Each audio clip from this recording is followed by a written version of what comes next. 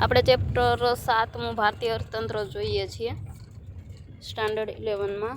આપણે અધૂરું ચેપ્ટર છે એ આગળ વધારીએ તો પેજ નંબર 77 ઉપર 77 ઉપર પ્રાચીન ભારત આપણે જોયેલું રોજગારીનું માળખું જે છે એના વિશેની આપણે વાત કરેલી.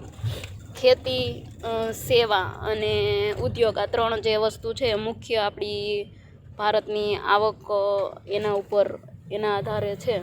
એટલે આપણે એ ખાસ યાદ રાખવાનું કે ખેતી, ઉદ્યોગ અને સેવા એ ત્રણેય વસ્તુથી આપણો દેશ જે છે એ રોજગારી પ્રાપ્ત કરે છે. અને ત્યાર પછી રાષ્ટ્રીય આવક એટલે કે આર્થિક સમૃદ્ધિ. ભારતની જે છે આર્થિક સમૃદ્ધિ એ શેના ઉપર ટકેલી છે તો કે આપણી આવક.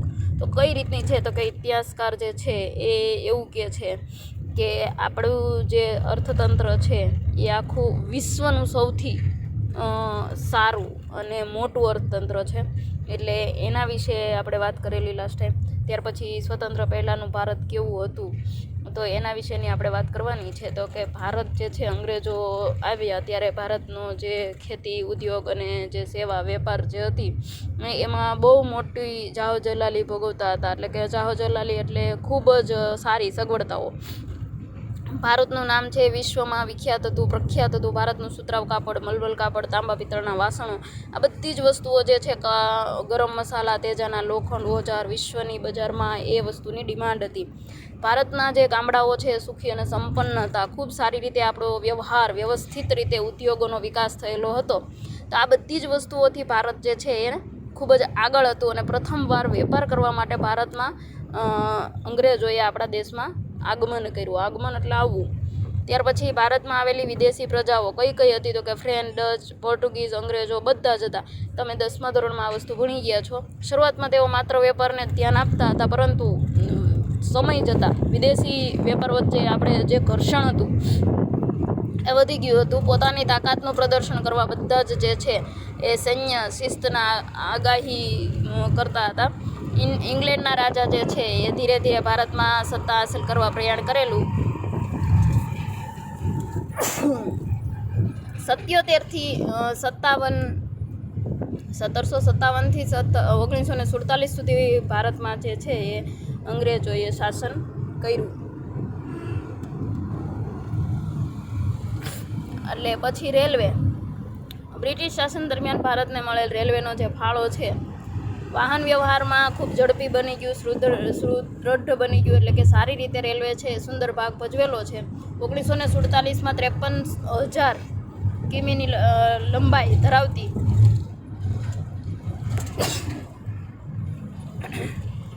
અને 68 લાખ પ્રવાસીઓને લાભ લઈ જનારી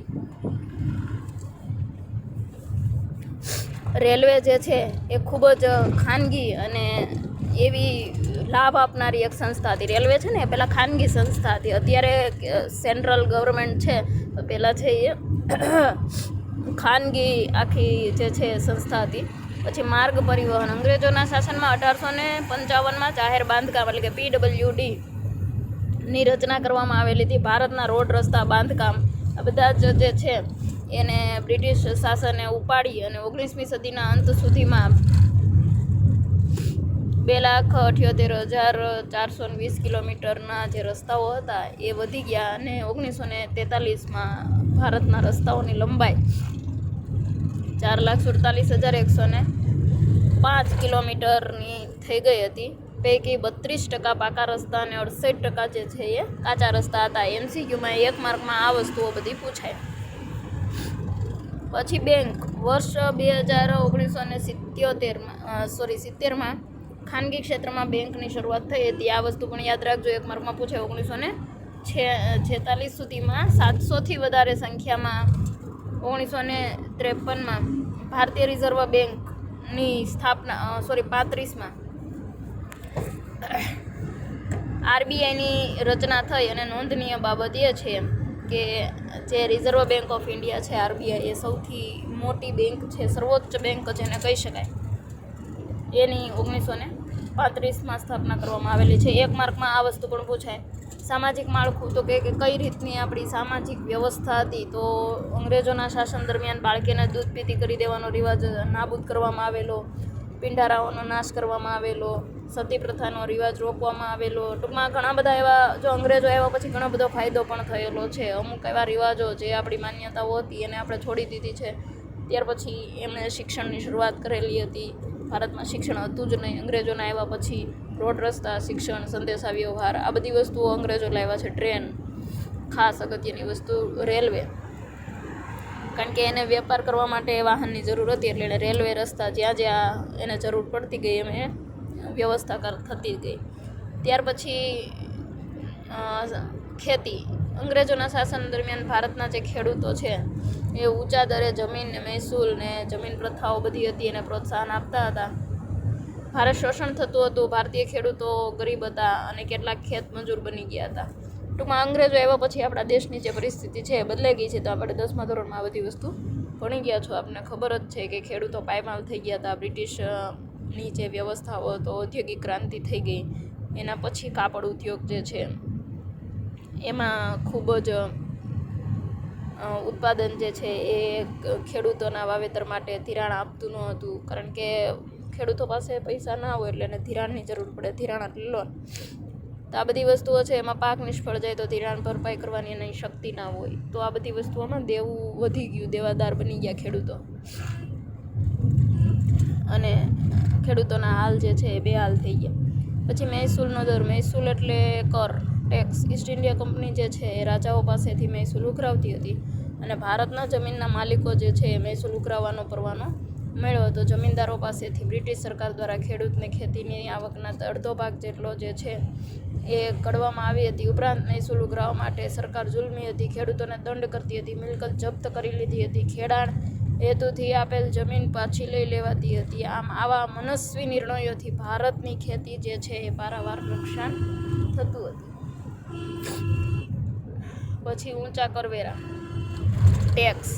ટેક્સ જે છે એ ખૂબ જ ઊંચા લેવામાં આવતા હોય. 1761માં એની જે પરવાનગી, પરમિશન જે છે, જકાત, એની માફી મળી આપણને. અને ભારતીય વેપારીઓને વિવિધ પ્રદેશમાં જકાત ભરવી પડતી. દાખલા તરીકે ભારતનું સુતરાઉ કાપડ હોય તો એના ઉપર 15% નિકાસ જકાત, અને બ્રિટિશનું હોય તો 2.5. એટલે કેટલો ફરક! આપણી જ વસ્તુ હોય તો વધારે ટેક્સ અને એ લોકોની વસ્તુ હોય તો ઓછો.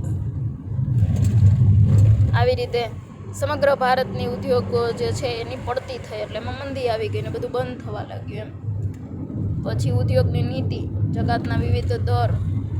પછી ઉદ્યોગની નીતિ તો 1750થી 1830ના સમયગાળામાં ઔદ્યોગિક ક્રાંતિ થઈ. 1 માર્કમાં આ વસ્તુ પૂછાય એટલે ખાસ યાદ રાખજો. ત્યાર પછી અંગ્રેજોના શાસન દરમિયાન બ્રિટિશ સરકાર જે છે એને ભારતીય ઉદ્યોગો પડી ભાંગ્યા અને એના કારણે શ્રમિકો બેકાર બન્યા અને શ્રમિકોનું ખેતી ઉપર ભારણ વધ્યું. એટલે હવે ઉદ્યોગો બંધ થઈ ગયા, શ્રમિકો ક્યાં જાય તો કે ખેતી ઉપર એનું ભારણ વધ્યું, એટલે ખેતીમાં વધારે માણસો જવા લાગ્યા. પછી આર્થિક શોષણ.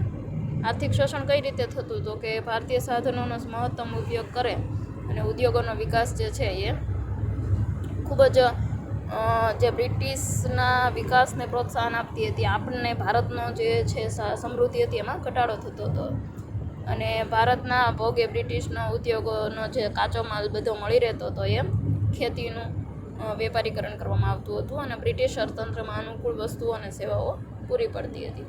ટૂંકમાં આપણા જે ઉદ્યોગો છે એ બ્રિટિશોને જે લાભ થાય એ પ્રકારના બનવા લાગ્યા.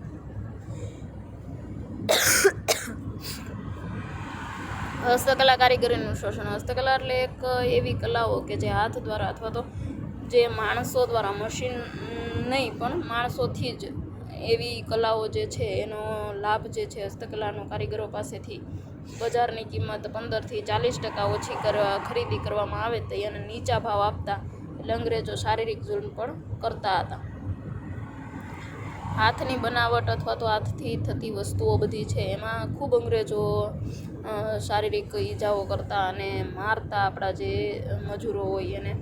એટલે એ રીતે મૂડીરોકાણનો પ્રવાહ જે છે એ બ્રિટિશની મૂડીનું રોકાણ કરવામાં આવેલું. દિશાને બ્રિટન તરફથી ભારત વિરોધી રાખવામાં આવેલી. રેલવે અને રસ્તા જે છે એમાં જંગી મૂડીરોકાણ. જંગી એટલે ટૂંક સમય માટે, એનો ઉપયોગ થઈ જાય એટલે એ વસ્તુઓનો કોઈ ઉપયોગ ન થાય એવા બિઝનેસ સ્થાપવામાં આવ્યા. અંગ્રેજોનું કામ પતી જાય એટલે એ બિઝનેસ બંધ. ટૂંકમાં આપણા માટે કશું જ નહીં. એ રીતે ગોઠવવામાં આવેલી આખી વ્યવસ્થા. ત્યાર પછી વિવિધ ભરણાઓ એટલે જે ભરપાઈ કરવાની જે ચાર્જ હોય એને ભરણાઓ કહેવાય. હુકુમત જ્યારે બ્રિટિશની હતી ત્યારે એવો ચાર્જ હતો, હોમ ચાર્જીસ જેને કહેવાય. જો એક માર્કમાં પૂછે હોમ ચાર્જીસ એટલે શું, ત્યાં તમારે લખવાનું કે ભારતે બ્રિટિશ હુકુમત વહીવટીનો ચાર્જ ચૂકવવો પડતો હતો, જે હોમ ચાર્જીસ એટલે કે ભરણા તરીકે ઓળખાતો હતો. આ એક માર્કમાં આટલું તમારે લખવાનું. ભારતે બ્રિટિશોને કેટલીક ચૂકવણીઓ કરવી પડતી હતી, જેમ કે બ્રિટિશ અધિકારીઓના પગાર, ભથ્થા, પેન્શન, લશ્કરનું ખર્ચ, આ બધી જ વસ્તુઓ. 1924-25માં 300 લાખ પાઉન્ડ જેવી રકમ હતી અને 45-50માં 1350 લાખ પાઉન્ડ થવા લાગી હતી. આવી વિશિષ્ટ ચૂકવણીઓ ગરીબને ભારતના ભોગે બ્રિટન ધનવાન બની ગયું. ટૂંકમાં આપણા લીધે ભારત જે છે એ દિવસે ને દિવસે ગરીબ બનતું ગયું અને બ્રિટન જે છે ભારતના હિસાબે અમીર બની ગયું. હવે પછી જે સ્વતંત્રતા પછીનું ભારત એટલે કે પછીની પરિસ્થિતિ શું છે, આઝાદ થઈ ગયા પછી, એ આપણે નેક્સ્ટ લેક્ચરમાં જોશું. Okay, thank you.